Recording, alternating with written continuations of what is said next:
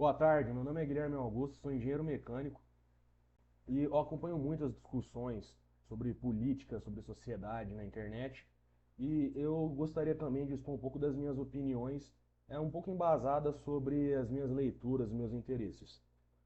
Bom, uma das coisas que mais é discutido hoje em dia é sobre qual que é o melhor sistema político-econômico a- que pode ser utilizado ou que seria mais natural.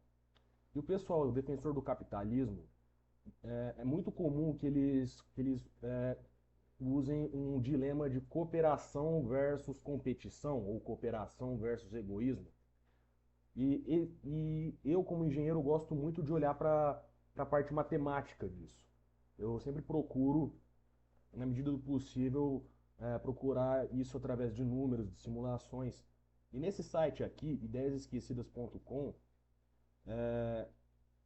Arnaldo Gunzi mostrou um experimento que ele fez aqui, um experimento muito interessante, que leva a gente a uma certa.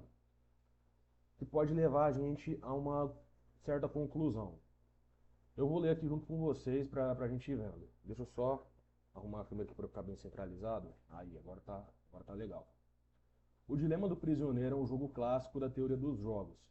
É um dilema porque, se um oponente escolher trair o outro, o primeiro obtém ganhos locais. Mas, se um confiar no outro e ambos colaborarem, o resultado global é melhor para todo mundo. Ele fez aqui no Excel, mas não vai ser necessário a gente olhar para a planilha aqui, porque como a gente vai ver lá embaixo, ele mesmo mostra como que ele fez isso. O jogo. Você está participando de um jogo com as seguintes regras. São 12 pontos em jogo, você contra um oponente. Tanto você quanto o oponente têm duas opções: dividir os pontos, cooperar, ou tomar todos os pontos para si, que seria um comportamento mais competitivo ou mais egoísta, que é o que muitas pessoas dizem que é a natureza humana, que a natureza humana tende a ser mais egoísta. Caso um escolha cooperar e o outro tomar, o primeiro não ganhará pontos, e o segundo ganhará 10 pontos. Aliás, caso ambos cooperem, cada um receberá 6 pontos, 6 e 6. Ou seja, a soma dos dois dá 12. Caso um escolha cooperar e o outro tomar, o primeiro não ganhará pontos, e o segundo ganhará 10 pontos, 10 e 0 ou 0 e 10. Ou seja, a soma dos dois dá 10. Caso os dois oponentes escolham tomar tudo, ambos ganham um ponto, 1 e 1. São 20 rodadas contra cada oponente. O que a gente pode perceber aqui? Que se ambos cooperarem, os dois vão se beneficiar e a soma dos pontos dos dois vai ser 12. Se um cooperar e o outro não, a soma vai ser 10. E se os dois oponentes, e se os dois não cooperarem, a soma vai ser 2 pontos.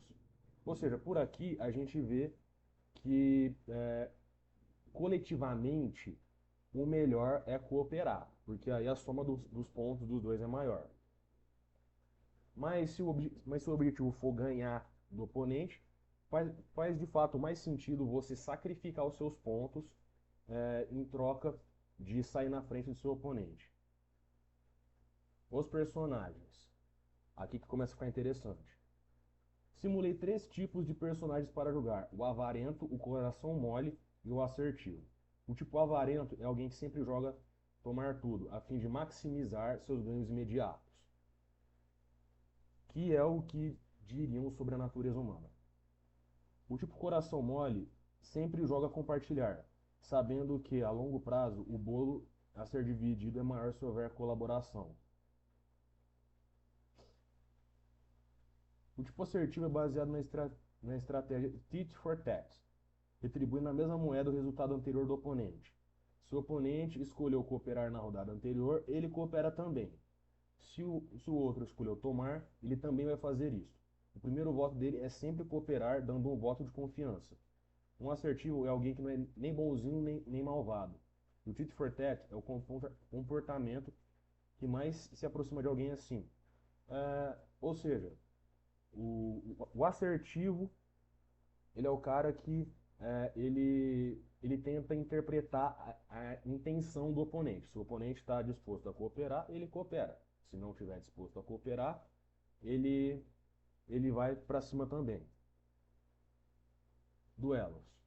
Aqui ele organizou duelos entre os personagens. Coração Mole é massacrado pelo Avarento. Vamos lembrar lá em cima. Ó, aqui a gente já consegue ver a matemática agindo. Cada rodada, o Avarento ele sempre escolhe tomar tudo. E o Coração Mole sempre escolhe cooperar. Ou seja, cada rodada o Avarento ganha 10 pontos, são 20 rodadas, então ele ganha 200 pontos. O Avarento também ganha do Assertivo, mas a margem é menor. Por quê? Porque na primeira rodada o Assertivo fica com 0, o Avarento fica com 10, e depois todas as outras rodadas, as 19 rodadas restantes, o Assertivo, cada um dos dois fica com 1 ponto. Então fica 19 a 29. Um Avarento contra outro Avarento. Todo mundo sai perdendo. Ou seja, é 1 ponto para cada um, os dois empatam. Já um Coração Mole contra um Assertivo ou outro Coração Mole, todos saem ganhando. Ou seja, cada um fica com 120. Nos 3 casos. Portanto, o quadro final de resultados entre os jogos ficaria assim. Ganancioso 20 dos... Aqui é o cruzamento dos pontos de cada duelo. Então o Ganancioso termina com 249 pontos, o Coração Mole com 240 e o Assertivo com 259. Nesse caso, o Assertivo ganha com o Ganancioso em segundo e o Coração Mole em terceiro.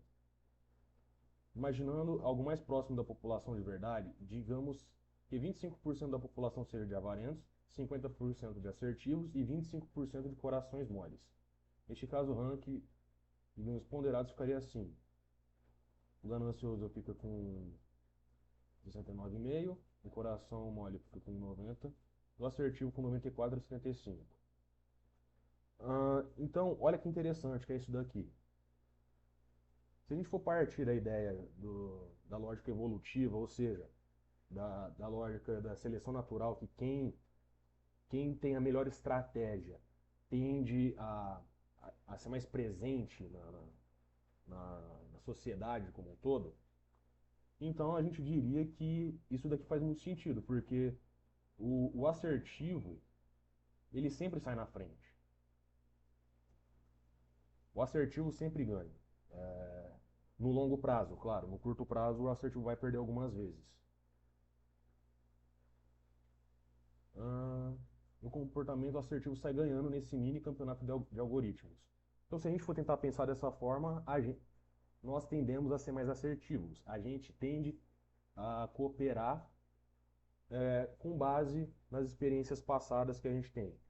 Por exemplo, se eu falo para você, ó, aquele cara ali é picareta, viu? Cuidado para fazer negócio com ele. Então você vai evitar de fazer negócio com ele, você vai tomar mais cuidado, você vai sair fora a hora que primeira coisa que der esquisito. Então a gente chega nessa conclusão. Matematicamente faz mais sentido ter uma maioria de pessoas assertivas. Uma população onde a maioria é de assertivos, o coração mole, o coração também ganha do avarento.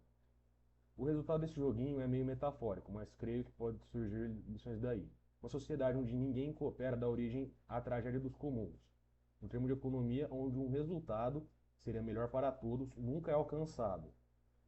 Uma sociedade só com bonzinhos é vulnerável a um espertalhão ganancioso. De algum modo, o ideal é ficar entre esses extremos.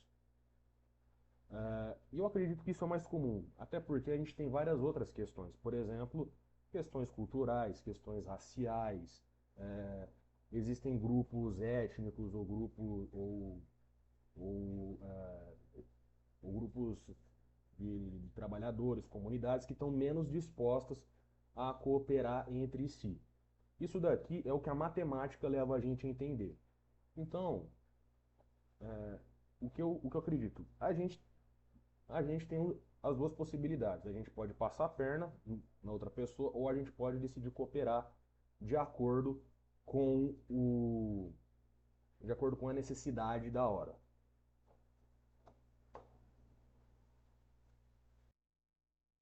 E só para dar mais um argumento, eu estou lendo esse livro aqui, do Elias Jabbour, China, Socialismo do século XXI. E eu achei um trecho muito interessante que aborda isso aqui. Aqui ele desenvolve um pouco o histórico das teorias econômicas que levam a tentar compreender a natureza humana de uma forma geral.